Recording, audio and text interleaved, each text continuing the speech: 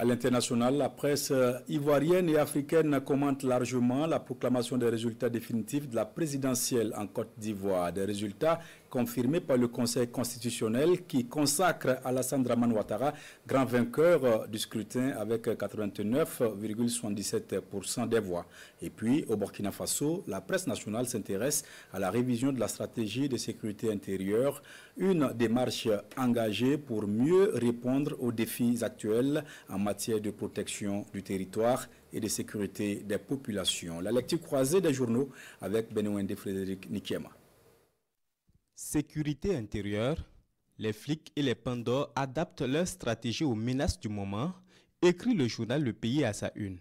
Dans ses colonnes, le journal précise que policiers, gendarmes, sapeurs-pompiers et bien d'autres forces paramilitaires ainsi que des représentants des ministères et institutions se sont réunis afin d'examiner et adopter la stratégie de sécurité intérieure 2026-2030. La stratégie actuelle date du 14 mai 2003.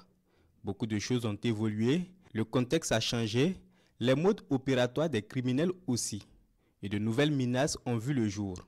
Il était donc important de réfléchir pour prendre le contexte en compte, mais également voir comment fédérer les énergies dans une stratégie commune afin de coordonner toute action de sécurité intérieure. Une explication du ministre Sana, président des travaux relayés par mon confrère du journal Le Pays.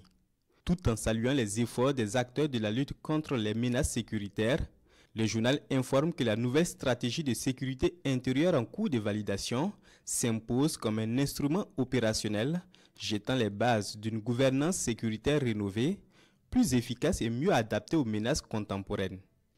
Autre sujet et à l'international, les quotidiens burkinabés commentent la présidentielle en Côte d'Ivoire avec la proclamation récente des résultats définitifs.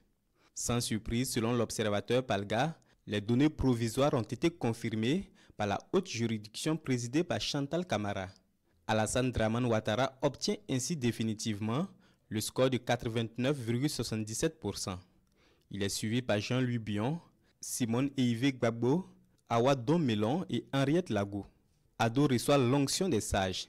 Il tient donc officiellement sa chose et grosso modo, l'hypothèque sécuritaire qui pesait sur le scrutin dans un pays habitué aux consultations électorales tumultueuses aura finalement été levée.